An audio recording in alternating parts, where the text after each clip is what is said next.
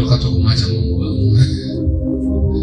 Ndio kumwacha. Sasa kwenye Mungu kuamua, shetani ndio anasema haraka. Shetani anakuja na jiwe. Anakuambia nifanye kwa mkate. Yaani nakupa ni kanuni yake. Ili jiwe ifanye kwa mkate. Na hakika utaona mkate kwenye jiwe. Watu kwa Mungu jiwe linafaa kujengewa.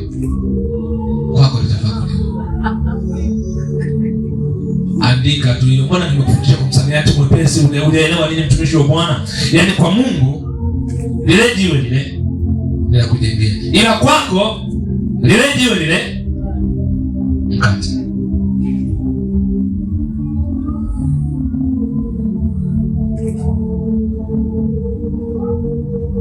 Nijaribu kuamba kidogo. Kumbuka nimetoka kwenye bustani ya Eden.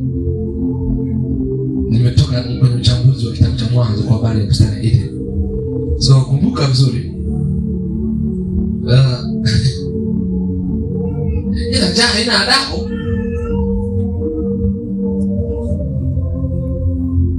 Njaa ilifanya mtu akauza uzuri wake wa kwanza.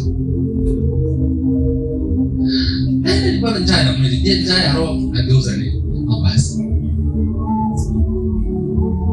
Na ubiri jambo zito kidogo. Kwa hiyo kuna mtu sasa hivi niamini mimi. Na ndio maana niliwaambia ule mwongozo wa jana namna ya kuomba. Ambapo wazazi wetu wakuvuka sisi tuvuke. Wakati ambao ana njaa, Yesu alisema kwenye njaa nilionayo ni Mungu akisema ndio nitashiba. Niamini mimi, wanajua niamini mimi. Kuna watu leo sasa hivi wanabidi muda sasa hivi wanakula mama.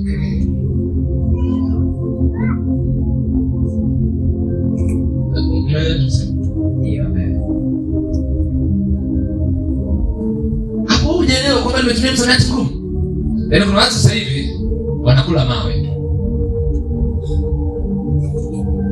Basi kuna mtu tukiposti clip anakata anaacha mawe.